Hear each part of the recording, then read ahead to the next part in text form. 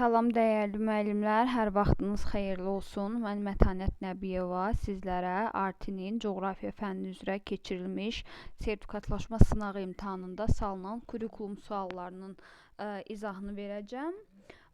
Deməli, ilk sualımız situasiyalardan hansında inteqrativ təlimin prinsipləri pozulmuş hesab olunur. İnteqrativ təlim modeli necə təlim modelidir? İlk öncə bunu xatırlayaq. İnteqrativ təlim biz qeyd etdik ki, qarşılıqlı əlaqə şəklində, yəni şagird yönümlü təlim modellərindən biridir və qarşılıqlı əlaqə şəklində baş verir və burada daha çox aktiv olan tərəf şagirdlər olacaq. 1. Şagirdlər birgə müzakirə edərək problemə müxtəlif yanaşmalar irəli sürürlər. Bəli, burada əməkdaşlıq varsa, birgə müzakirədən, problemə müxtəlif alternativlərin irəli sürülməsindən söhbət gedirsə, bu interaktiv təlimdir. Müəllim şagirdlərin fikrinə əsaslanıb dərsi, bəli, şagirdin belə deyim də daha çox inkişaf etdirilməsi üçün, şagirdlərin fikirlərinə əsasən dərsin planlaşdırılması, bu da şagird yönümlü təlimə uyğundur və interaktiv təlimi dəstəkləyir. Şagirdlər yalnız müəllimin təqdim etdiyi məlumatları qeydsiz şəkildə dinləyirlər. Bu daha çox avtoritar üslubun xüsusiyyətidir və müəllim yönümlü modeldir. Və müəllim yönümlü model də interaktiv təlimə daxil deyil. Tədris prosesində qrup işindən, fikir mübadiləsindən söhbət gedirsə, bəli, bu da interaktiv təlimdir. Müəllim öyrənməni təşviq edən suallar vasitəsilə təfəkkürü stimullaşdırırsa, bu da inteqrativ təlimdir.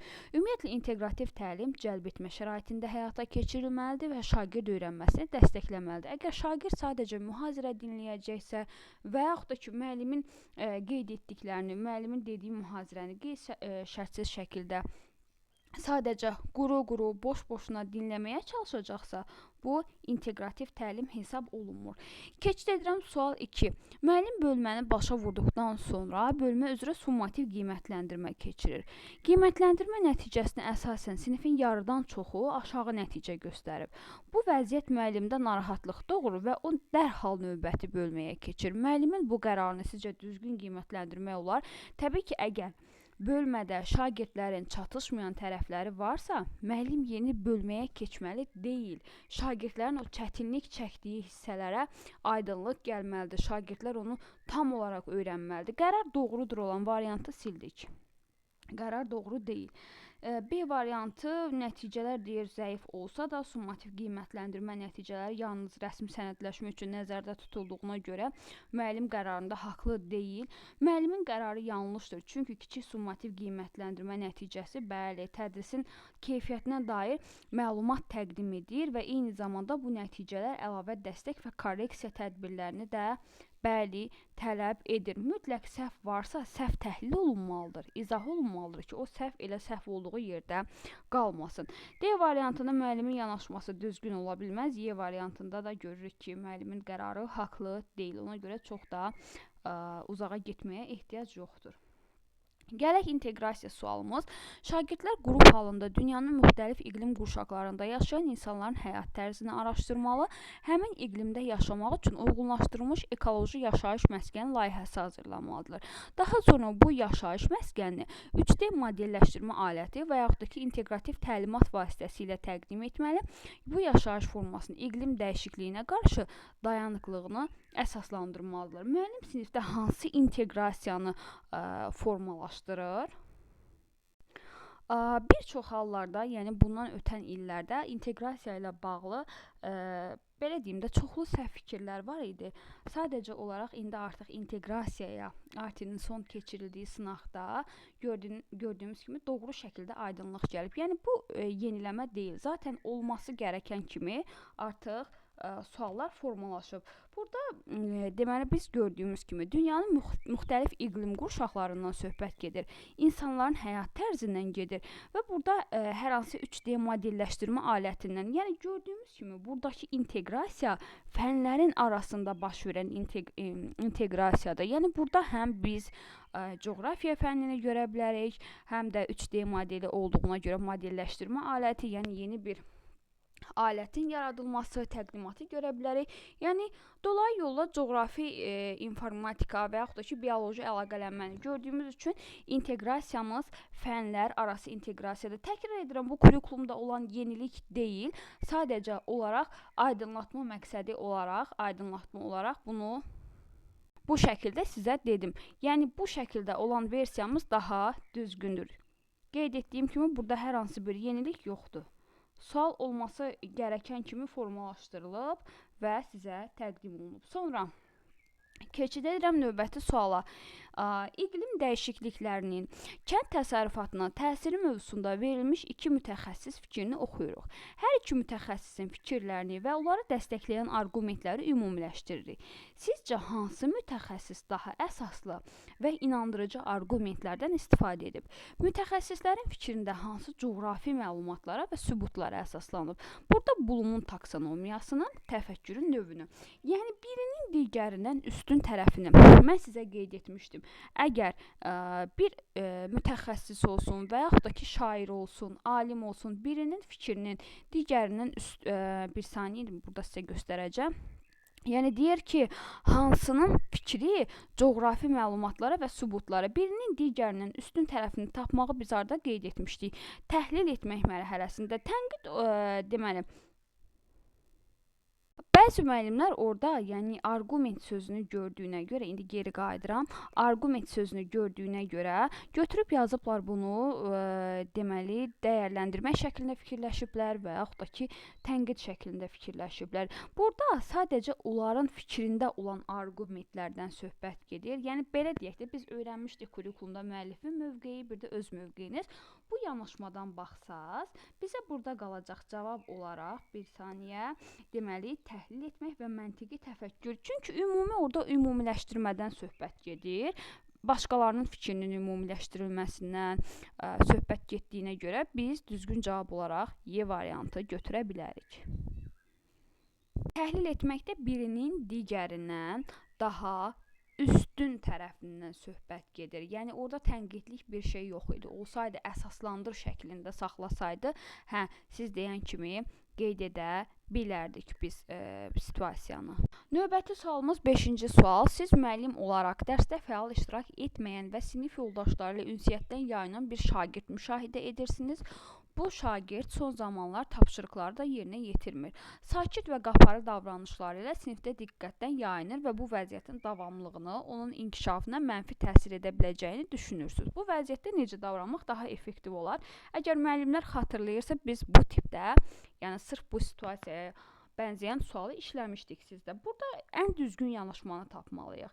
Deməli, təbii ki, burada ən düzgün yanaşma nə olar? Ciddi xəbərdarlıq edərək, belə deyim də, bunun qiymətləndirməyə təsir göstərəcəyini bildirirəmsə, bu düzgün yanaşma deyil.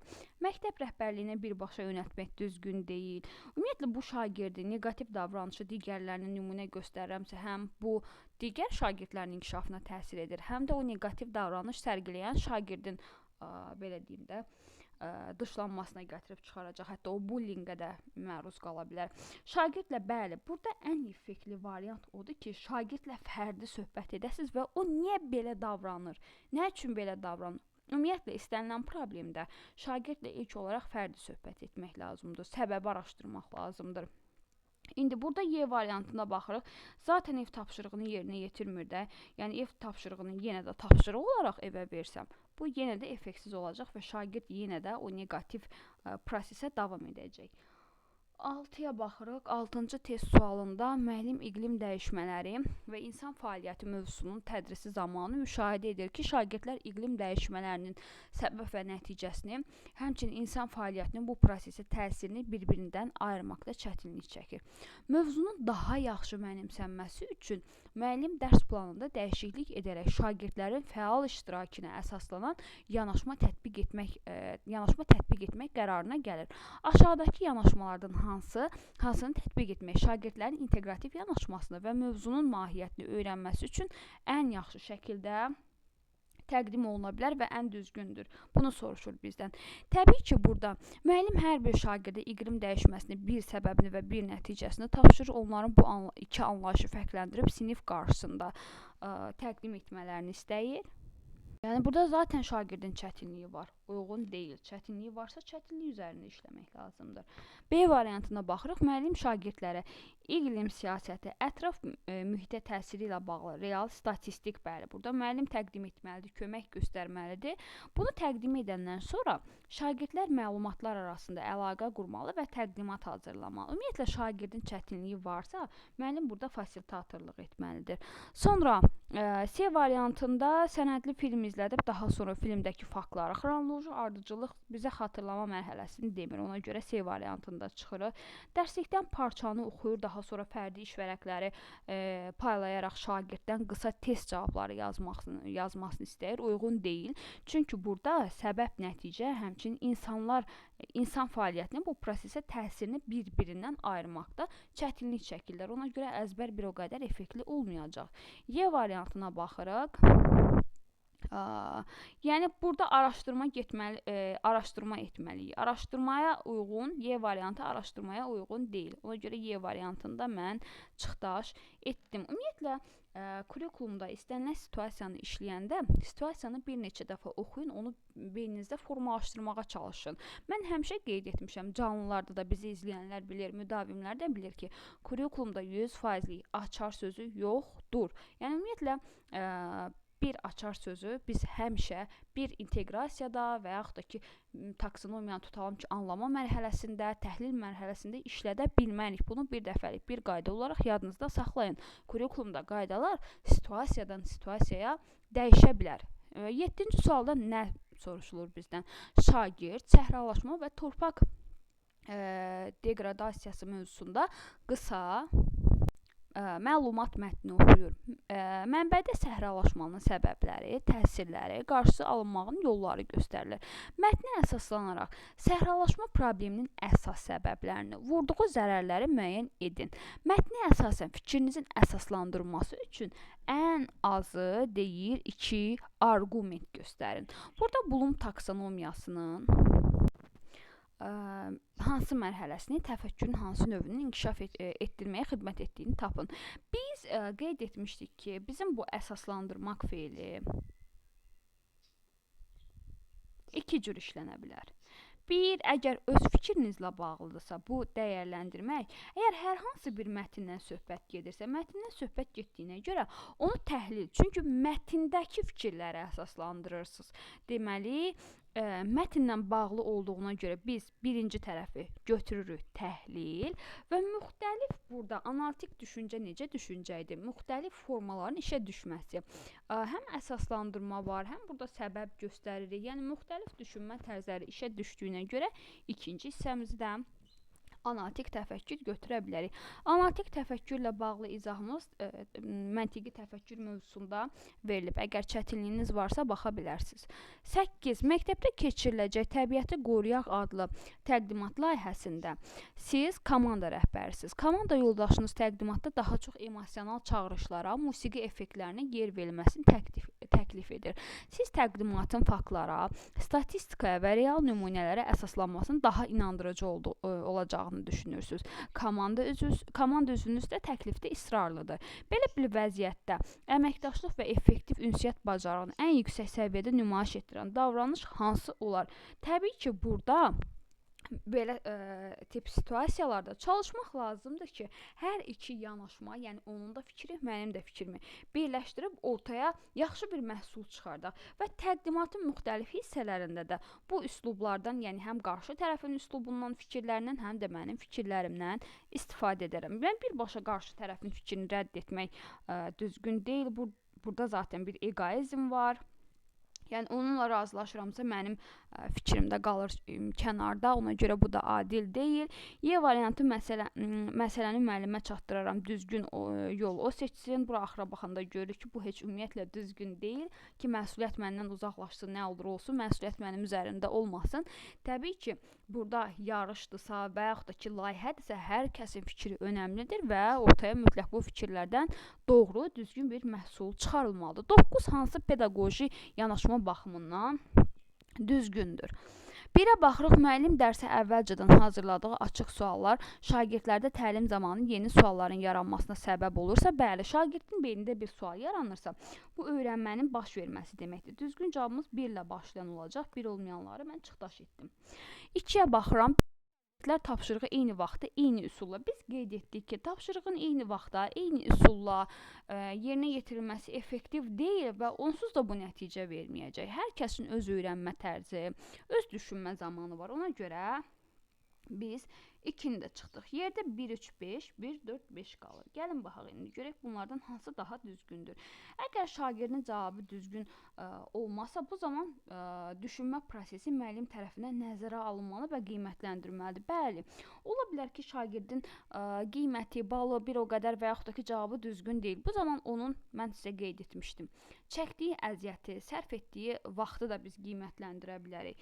Yalnız test nəticələri ilə şagirdin idrak inkişafını, təfəkkür bacarığını müəyyən etmək mümkün deyil. 4-ü görən kimi çıxdım. Müəllim dərsdə məntiqi səhvlərə imkan versə də, bu səhvləri birlikdə müzakirə edib şagird daha dərindən öyrənir. Biz qeyd etmişdik ki, səhvdən mütləq nə vasitəsi kimi istifadə etməliyik? Öyrənmə vasitəsi kimi. Səhvə dünyanın sonu kimi baxmaq olmaz. Və sonuncu sualımız 10-cu sual.